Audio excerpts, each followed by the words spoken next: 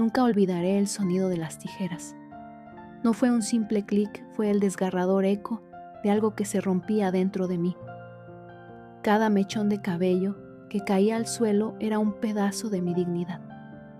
Mi madre estaba detrás de mí, sonriendo con satisfacción, mientras la peluquera sin alma y sin preguntas obedecía sus órdenes como si yo no estuviera presente, como si yo fuera un maniquí. «Córtaselo bien, que no quede ni rastro de ese melenón», dijo con tono triunfal. Yo me miraba en el espejo y no reconocía a la chica que devolvía la mirada. Esa no era Carmen. Esa era una sombra, una versión mutilada de quien alguna vez fui.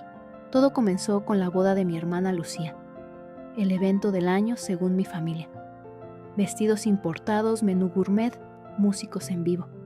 Y en medio de todo eso, yo, la hermana mayor, la invisible, la que siempre sobraba. Me pidieron que regresara al pueblo para la ocasión.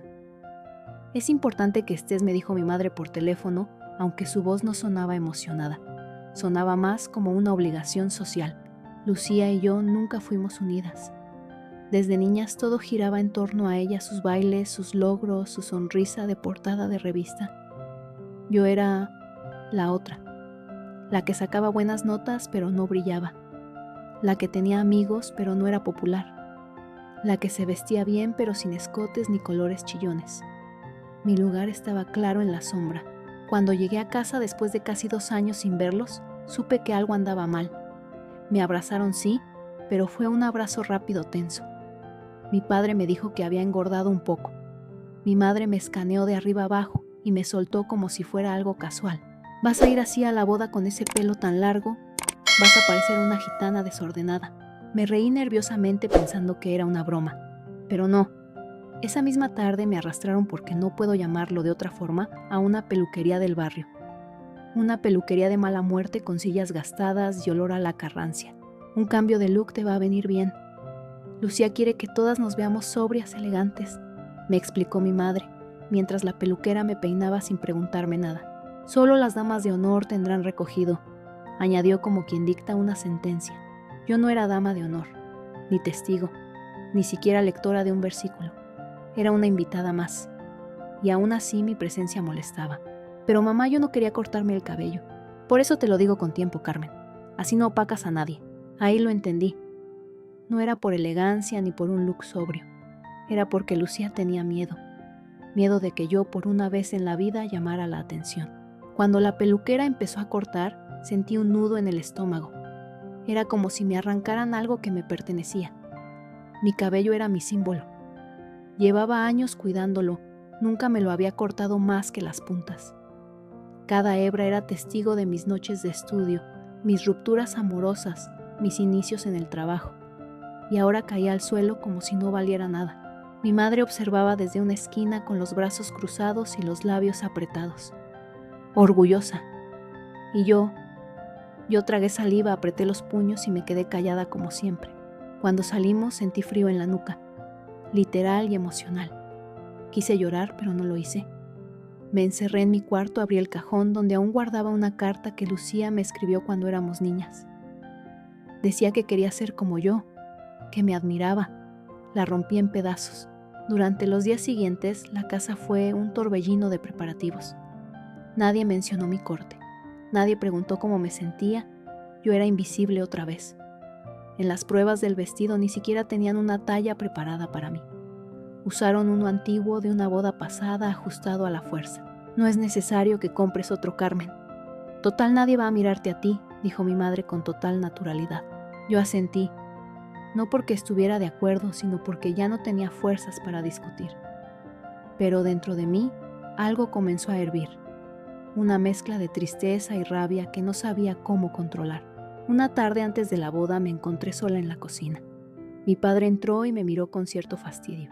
«No vayas a de ninguna tontería mañana. Esta boda es de Lucía, no tu momento para brillar». Ni siquiera me dieron la oportunidad de hablar y ya me estaban censurando. Esa noche no dormí. Me miré en el espejo por horas. Me pregunté por qué seguía permitiendo que me pisotearan. Pensé en irme, en hacer la maleta y desaparecer. Pero algo en mí se negó. No, esta vez me iba a quedar. Iba a estar presente. Y aunque no tenía voz en la ceremonia, aunque me hubieran cortado el cabello y la autoestima, tenía algo que ellos jamás me podrían quitar, la verdad. Y esa verdad, por primera vez en mi vida, pensaba decirla en voz alta. Nunca me había sentido tan fuera de lugar. Ni siquiera cuando de adolescente me dejaban en casa para que Lucía fuera a fiestas maquillada y radiante mientras yo lavaba los platos. Aquella mañana, el día de la boda, me desperté, con el estómago encogido, como si algo dentro de mí me suplicara que no fuera. Pero ya estaba ahí, en esa casa que alguna vez llamé hogar, convertida ahora en una vitrina del éxito ajeno. Mi madre caminaba como una directora de orquesta, dando órdenes, revisando flores, corrigiendo moños. Llevaba una sonrisa pegada al rostro que solo se borraba cuando me miraba. Entonces, sus ojos se apagaban como si mi sola presencia arruinara la postal. Carmen, ¿puedes no usar ese labial tan fuerte? No queremos distracciones en las fotos, dijo, mientras se ajustaba los pendientes. No era fuerte, era un tono nude, pero comprendí el mensaje. Lucía estaba en su habitación rodeada de sus amigas, riendo con esa risa ensayada que solo ella dominaba. Parecía una princesa. Su vestido tenía encajes bordados a mano, un velo largo como en las revistas. Todo brillaba a su alrededor. Incluso la luz parecía favorecerla. Cuando me acerqué para felicitarla, ella me miró de reojo. «Gracias por venir», dijo con frialdad como si yo fuera una conocida lejana. Tuve que hacer un esfuerzo enorme para no romperme allí mismo. A media mañana la casa comenzó a llenarse de familiares tíos que no veía hace años, primos que apenas recordaban mi nombre. Todos iban directo a Lucía, a los padres orgullosos, a los adornos caros. Nadie me saludaba. Yo era un mueble, una sombra más en la decoración. Me sentaron en la segunda fila de la iglesia detrás de la familia directa. Ni siquiera estaba en la primera banca. Vi entrar a mi hermana del brazo de mi padre, ambos sonrientes, gloriosos, como si protagonizaran una película. Mi madre lloraba discretamente, emocionada, perfecta. Yo me limité a mirar, a tragarme todo. Durante la ceremonia escuché a la gente murmurar: «Lucía siempre fue la más guapa de las dos, ¿no? La mayor está muy cambiada, ¿qué le pasó?» ¿Qué me pasó? Me rompieron en pedazos, eso me pasó. Pero nadie lo sabía, porque nunca lo dije, porque nunca tuve el espacio para hacerlo. Después vino el banquete. Todo era impecable. Centros de mesa elegantes, comida de autor, una banda en vivo tocando boleros. Se notaba que mis padres no habían escatimado en gastos. Lucía lucía como una estrella. Y yo llevaba un vestido que apenas me ajustaba y un peinado forzado con horquillas que me apretaban el cuero cabelludo. Los fotógrafos pasaban de largo. Si llegaban a tomarme una foto era por accidente. Me acerqué a la mesa de los postres, tratando de respirar un poco, y escuché a una señora decir: «¿Y esa chica es amiga de la familia?» Era yo, la hija mayor, la que nació primero, la que crearon como un ensayo para luego perfeccionar el molde con Lucía. Pero nadie me veía. A lo lejos vi a mi madre hablando con unas invitadas, señalando discretamente hacia mí y susurrando. Reían. Me sentí desnuda, avergonzada, pequeña. Fui al baño para recomponerme. Me miré al espejo y por primera vez vi la herida. No la del cabello, no la del rechazo. Vi la herida más antigua, haber crecido creyendo que no era suficiente, que todo en mí era demasiado o muy poco. Muy seria, muy reservada, muy sensible. Nunca justa. Pensé en irme, en salir por la puerta y no mirar atrás. Pero me detuve. No, esta vez no. Esta vez no iba a desaparecer para que ellos brillaran. Esta vez no me iba a tragar el dolor. Volví a mi asiento. La música ya sonaba y todos se preparaban para el brindis.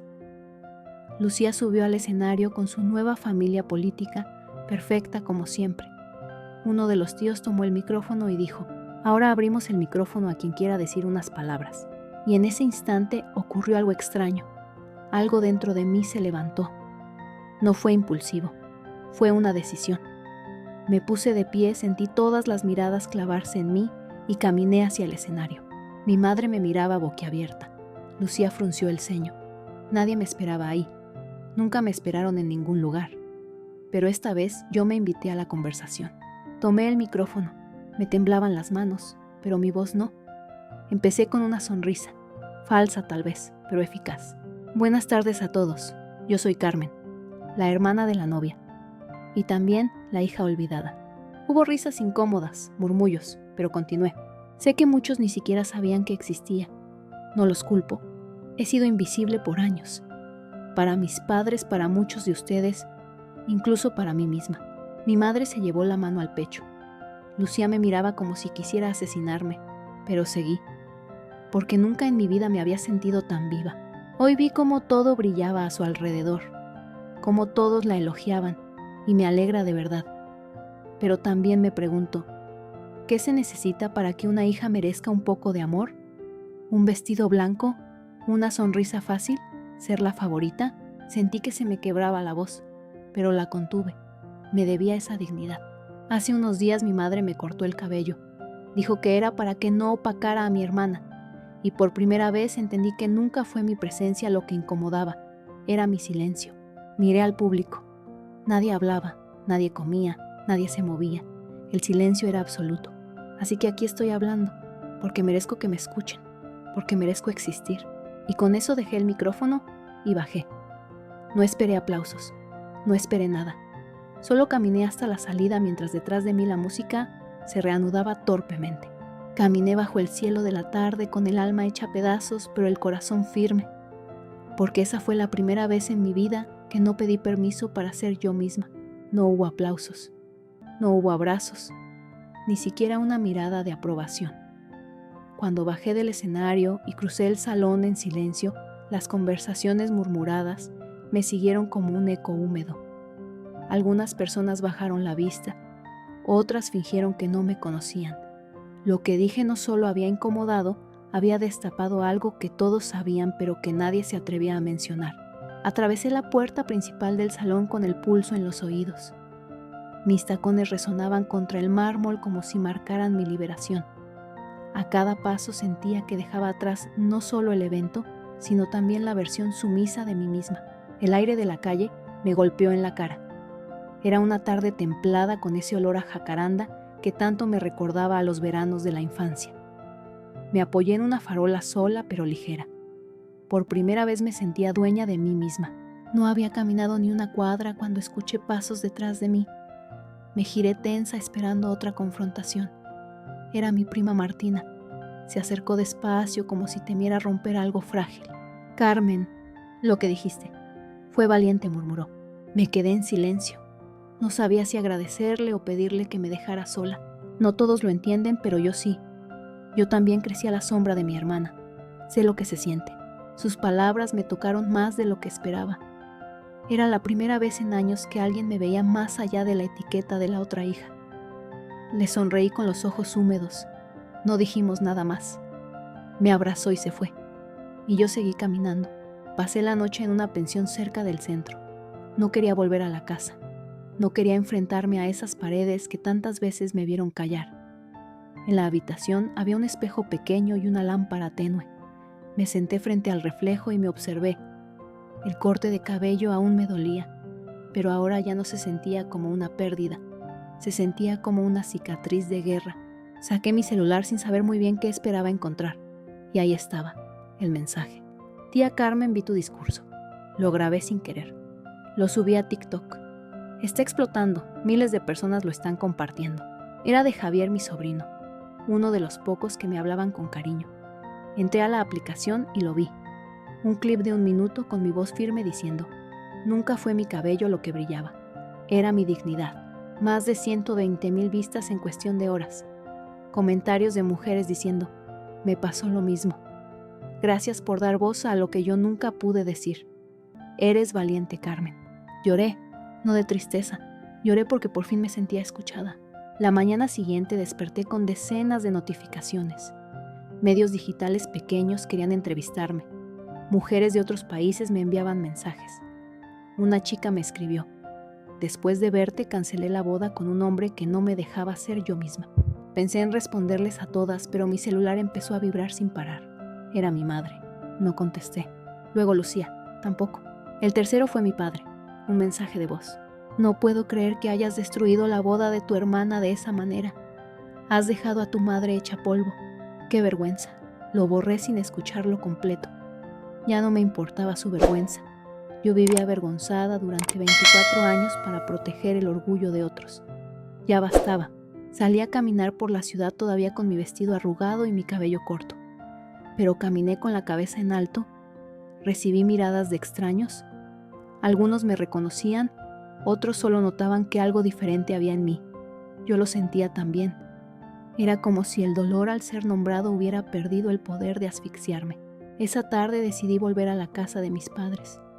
No porque quisiera reconciliación, sino porque necesitaba cerrar la historia.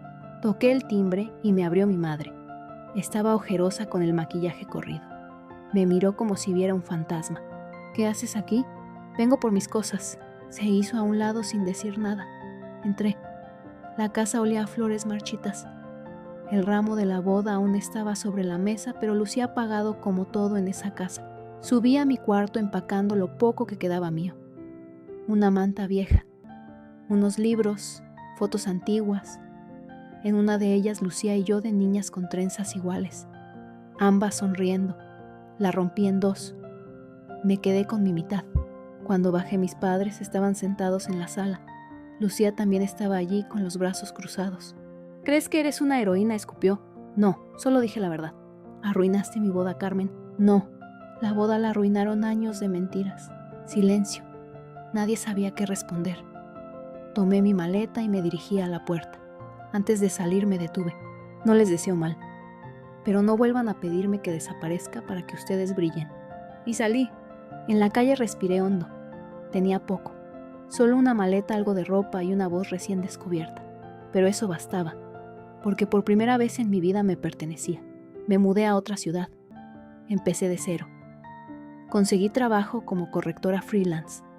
Vivía en un estudio pequeño pero acogedor. Empecé a escribir mi historia. La convertí en un blog, luego en un libro. Cada capítulo era una cicatriz narrada. Cada palabra un paso más lejos de ese pasado que tanto dolía. Una mañana recibí un paquete. Era una carta de mi tía Silvia. Nunca habíamos sido cercanas. Querida Carmen, te escuché y me abriste los ojos. Durante años también me callé. Gracias por ser valiente. Te dejo algo que puede ayudarte. Dentro del sobre había un cheque, no grande, pero suficiente para imprimir el primer tiraje de mi libro. Lloré otra vez, porque nunca sabes quién te está mirando en silencio, esperando que hables primero. Y ahora que yo lo hice, ya no me pienso callar jamás. No se trataba solo de venganza, era algo mucho más profundo. Lo supe la primera vez que una mujer desconocida se me acercó en la estación de tren, me miró con los ojos brillosos y me dijo: gracias por hablar. Tú me diste el coraje para dejar a mi madre. Me quedé helada. Ella era mayor que yo, vestía con elegancia, pero su voz temblaba como la de una niña. Yo también fui criada para callar, añadió antes de marcharse. Esa noche volví a casa, cerré la puerta de mi pequeño apartamento y me senté en el suelo. Lloré en silencio durante casi una hora, pero esta vez no era por dolor. Era por algo más extraño: alivio, reconocimiento, sanación. Había dejado atrás aquella familia, la boda, las miradas de desprecio, el corte de cabello. Pero no se iban fácilmente de mi cabeza. Lo que sí podía hacer era convertir esa herida en palabra, y eso hice. Mi blog comenzó a ganar lectores. Historias como la mía, de hijas invisibles, de mujeres anuladas, de hermanas silenciadas, llegaban cada día. Yo no era un caso aislado, era un eco entre miles, y ese eco finalmente tenía voz. Comencé a recibir invitaciones a podcasts, foros, incluso a programas de televisión regionales. Al principio me resistí. No me sentía preparada para pararme frente a una cámara y exponerme otra vez.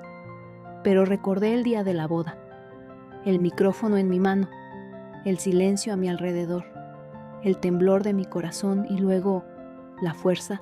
Acepté. Mi primera entrevista fue sencilla, en un canal local de mujeres emprendedoras. Llevé el pelo corto sin maquillarme, con una blusa que compré en una tienda de segunda mano. La presentadora me preguntó: ¿qué fue lo más duro de tu historia? Pensé que sería hablar del rechazo del corte de pelo, de no ser vista, pero respondí sin pensar.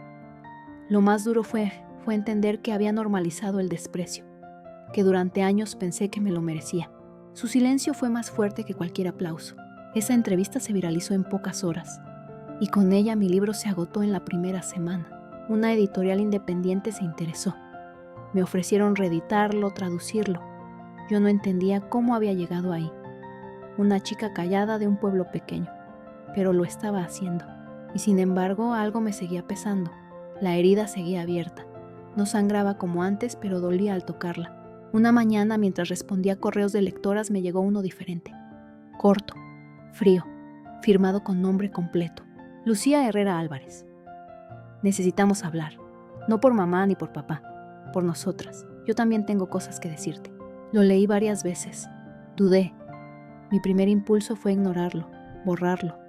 Pero algo me obligó a contestar. Nos vimos una semana después en un café discreto al sur de Madrid. Llegó puntual con su bolso de diseñador y su vestido perfecto. Pero sus ojos estaban diferentes. Había en ellos una mezcla de cansancio y honestidad. No voy a justificar nada, dijo de entrada. Solo quiero entender qué nos pasó. Nos pasaron muchas cosas, pensé, pero no lo dije. Dejé que hablara. Mamá siempre me decía que tú eras demasiado intensa, que no sabías encajar. Yo crecí pensando que ser como tú era fracasar. Me sorprendió su sinceridad y su fragilidad. Yo te odiaba, admití sin rodeos, porque tú tenías todo lo que yo anhelaba, la atención, la aceptación. Pero ahora entiendo que también eras una prisionera como yo. Ella tragó saliva. Me casé sin estar segura. Mamá me empujó. Tú lo dijiste todo en ese discurso y me dolió, pero también me despertó. Esa conversación no resolvió años de distancia, pero abrió una grieta en el muro, y en esa grieta por primera vez entró luz. Volví a casa con la mente hecha un torbellino. Tenía rabia, pero también compasión. Lucía no era la enemiga. La verdadera traición venía de más arriba, de quienes nos moldearon como rivales en vez de hermanas. 2 semanas después recibí una carta, de mi madre. No entiendo por qué decidiste hacer esto público, pero reconozco que tal vez no vi algunas cosas. Espero que estés bien. No tenía firma, no tenía afecto, solo palabras vacías. La leí sin emociones, no sentí alivio, no sentí culpa. Solo comprendí una cosa: ella no iba a cambiar, y estaba bien. Había pasado mi vida entera esperando que mi madre me validara, y al fin entendí que yo no necesitaba su perdón, ni su afecto, solo necesitaba liberarme de su juicio. Con el éxito del libro me invitaron a dar una charla TEDx. Dudé, pero acepté. Me subí al escenario con un vestido rojo fuego, el cabello aún corto, y una convicción que me ardía por dentro. Empecé con una frase que escribí en la libreta, donde anotaba todo lo que no me atrevía a decir durante mi niñez. A veces ser la hija invisible te obliga a convertirte en tu propia madre. El público enmudeció, y yo hablé. De la infancia, de la boda, del corte de cabello, de cómo lo que debía ser una humillación se volvió mi bautismo como mujer libre. Cuando terminé recibí la ovación más honesta de mi vida. Esa noche me miré al espejo. Tenía ojeras, marcas, arrugas nuevas, pero también una luz diferente. No era la de Lucía, ni la que mi madre quería controlar. Era mía, y brillaba sin pedir permiso. No planeé vengarme. Al principio solo quería sobrevivir, alejarme, curarme, volver a ser alguien. Pero a veces la vida, con su justicia irónica y puntual, te da la oportunidad de cerrar el círculo y hacerlo con elegancia. Todo empezó con una llamada inesperada. Era una abogada. Representaba a la empresa de eventos que organizó la boda de Lucía. Estaban investigando una presunta estafa fiscal. Al parecer, mi padre, que había insistido en pagar todo en efectivo y por fuera de contrato, había usado documentos falsos a nombre de una fundación familiar que nunca existió. Su nombre aparece como una de las antiguas fundadoras de dicha organización, me dijo la abogada. Perdón, sí, usted figura como tesorera desde 2019. Casi se me cae el teléfono de la mano. Mi padre me había puesto como representante legal de una fundación fantasma sin decirme una palabra. Había firmado documentos usando una firma escaneada mía, tomada de un trámite menor que hicimos años atrás. Eso no era solo una traición, era un delito. Vamos a necesitar su colaboración para esclarecer este caso. Y si desea presentar una denuncia por suplantación, puede hacerlo. Colgué en silencio. Me temblaban las piernas. Respiré hondo. Llamé a una abogada experta en derecho penal que conocí durante una charla. Le conté todo. Me escuchó con atención y al final: Carmen, aquí no solo te usaron, te expusieron a años de prisión. Vamos a ir hasta el fondo. Y así comenzó. Presentamos la denuncia, aportamos pruebas, pedimos registros bancarios, correos, actas. Todo apuntaba a lo mismo. Mi padre había utilizado mi nombre para blanquear dinero a través de una red de contratos falsos vinculados a la boda de Lucía. Lo irónico era que él, en su obsesión por proteger la imagen familiar, había manchado para siempre su reputación. La noticia estalló en los medios. Empresario investigado por fraude fiscal usó el nombre de su hija activista sin su consentimiento. El titular lo decía todo. Lucía me llamó entre lágrimas. No sabía nada, te lo juro. Le creí. No porque confiara en ella ciegamente, sino porque el miedo en su voz era real. Le expliqué que la denuncia no era contra ella, pero sí contra mi padre, y en parte contra mi madre, que había firmado algunos papeles como testigo solidario. Mis padres me enviaron una carta desesperada. ¿Cómo puedes hacerle esto a tu propia familia? Te vas a arrepentir. Nos vas a arruinar la vida. Ya era tarde. Ellos arruinaron la mía durante años. Yo solo estaba contando la verdad. El juicio fue largo, mediático, injusto a ratos, pero también catártico. Me senté frente a ellos, los dos más viejos, más cansados, más humanos, y testifiqué. Con voz clara conté cómo me utilizaron, cómo me hicieron invisible, cómo me convirtieron en un peón sin nombre.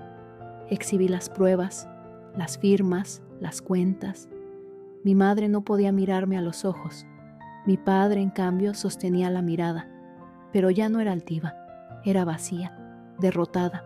El juez dictó sentencia: 3 años de prisión suspendida para él, con libertad condicional y una multa millonaria. La casa familiar fue embargada. La imagen pública de la familia ejemplar se desmoronó. Lucía decidió divorciarse. Había descubierto demasiadas mentiras. Su marido, más preocupado por el escándalo que por ella, la acusó de traer mala suerte. La vi meses después tomando café en un parque. Se acercó. Te odié por lo que hiciste, pero también te envidié. Asentí. A veces para sanar hay que romperlo todo, le respondí. Ella sonrió, por primera vez sin arrogancia. Yo seguía escribiendo. Mi segundo libro fue un éxito rotundo, La hija invisible, lo que callamos para no molestar. Lo tradujeron a 7 idiomas. Empecé una fundación de verdad con mi nombre que daba apoyo legal y emocional a mujeres víctimas de abuso psicológico familiar. Mi historia ya no era solo mía, era de todas. Una periodista me entrevistó para una revista internacional. Me preguntó: ¿te sientes vengada? Lo pensé, mucho. Luego dije: no, me siento libre, y eso es mucho más poderoso. Hoy vivo frente al mar, en una casa blanca, sencilla, llena de libros y silencios amables. Tengo un jardín con romero, lavanda y madreselvas. A veces despierto pensando que todo fue un mal sueño, pero luego veo mi reflejo, mi cabello que vuelve a crecer, mis ojos sin miedo, y lo sé, no soy la misma mujer que entró temblando a esa boda. Soy la que salió de ella sabiendo quién era, y por primera vez la que brilla soy yo. No porque alguien me dé permiso, sino porque aprendí que el dolor no se esconde, se transforma, y cuando lo hace, ilumina y arde.